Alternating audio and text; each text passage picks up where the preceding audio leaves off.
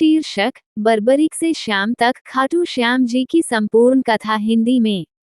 महाभारत, शीशदान, खाटू धाम की स्थापना और चमत्कार, भूमिका और जन्म का रहस्य। कथा की शुरुआत होती है महाभारत युग से। पांडवों का वनवास समाप्त हो चुका था और कौरव पांडव युद्ध की स्थिति बनने लगी थी। कौन थे बर्बरीक? भीम के पौत्र और घटोत्कच के पुत्र। माता नागन्या मोरवी कामकन्या। जन्म से ही शक्तिशाली और बचपन में ही शिव की घोर तपस्या कर 3 अमोघ बाण प्राप्त किए, साथ ही एक धनुष जो कभी लक्ष्य चूकता नहीं था। बर्बरीक की प्रतिज्ञा, मैं हमेशा उस पक्ष की सहायता करूंगा जो युद्ध में हार रहा होगा। बर्बरीक की युद्ध की ओर यात्रा। बर्बरीक ने अपनी माता से युद्ध में भाग लेने की अनुमति मांगी। मां ने शर्त रखी, जो पक्ष हार रहा हो उसी का साथ देना। बर्बरीक ने युद्ध देखने और पक्ष तय करने के लिए नीला घोड़ा चुना और निकल पड़े कुरुक्षेत्र की ओर। यहाँ से प्रारंभ होता है उनकी मुक्ति का मार्ग और एक नए स्वरूप की ओर यात्रा। श्री कृष्ण और बर्बरीक की मुलाकात। श्री कृष्ण साधु के रूप में आते हैं। श्री कृष्ण समझते हैं कि यदि बर्बरीक युद्ध में उतरे तो युद्ध का परिणाम पलट जाएगा। वे बर्बरीक की शक्ति जानने के लिए उन्हें परीक्षा देते हैं। एक पेड़ की कई पत्तियां जमीन पर रखी जाती हैं, एक पत्ता श्री कृष्ण अपने पैर के नीचे छिपा लेते हैं। बर्बरीक एक बाण छोड़ते हैं और वह सभी पत्तियों को छेद देता है। अंत में श्री कृष्ण का पैर भी घूमने लगता है।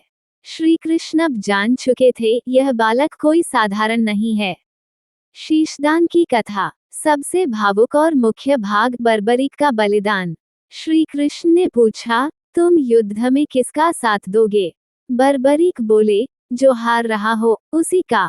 श्री कृष्ण ने कहा, यदि तुम युद्ध में उतरते हो तो कोई पक्ष स्थिर नहीं रहेगा और युद्ध का अर्थ समाप्त हो जाएगा। फिर श्री कृष्ण ने एक अद्भुत वरदान के बदले शीशदान मांगा। बिना हिचकिचाए बर्बरीक ने अपना शीश दान कर दिया।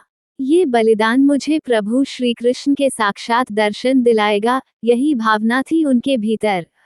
श्री कृष्ण का वरदान, श्याम नाम की प्राप्ति। श्री कृष्ण अत्यंत प्रसन्न हुए और बर्बरीक को आशीर्वाद दिया। कलयुग में तुम श्याम नाम से पूजे जाओगे। तुम मेरे ही एक रूप माने जाओगे।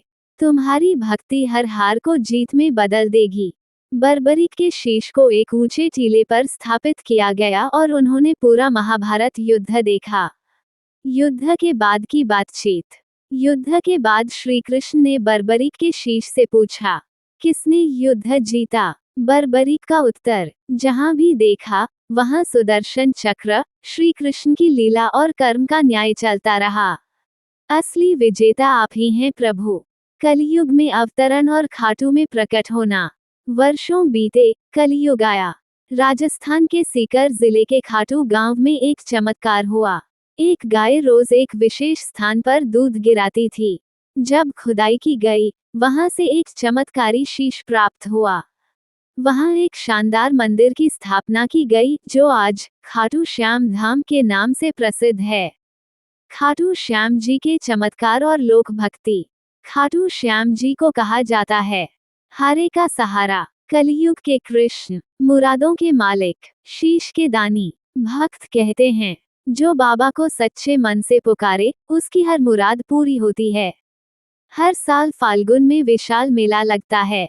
लाखों श्रद्धालु नंगे पांव बाबा के दरबार में दर्शन के लिए आते हैं। नाम, भजन और भक्ति परंपरा। श्याम जी के भजन आज भारत के कोने कोने में गाए जाते हैं। श्याम तेरी बंसी पागल कर गई, खाटू वाला मेरा श्याम है। श्याम तेरे गुण गाऊं। भक्त उन्हें कृष्ण मानते हैं, मगर वे आज के युग के नए कृष्ण हैं, जो बिना द्वारकापुरी, बिना रथ, बिना चक्र सीधे दिलों में विराजते हैं। समर्पण और संदेश। ये कथा हमें सिखाती है, सच्ची भक्ति में त्याग होता है। पराक्रम से बड़ा है विवेक और समर्पण।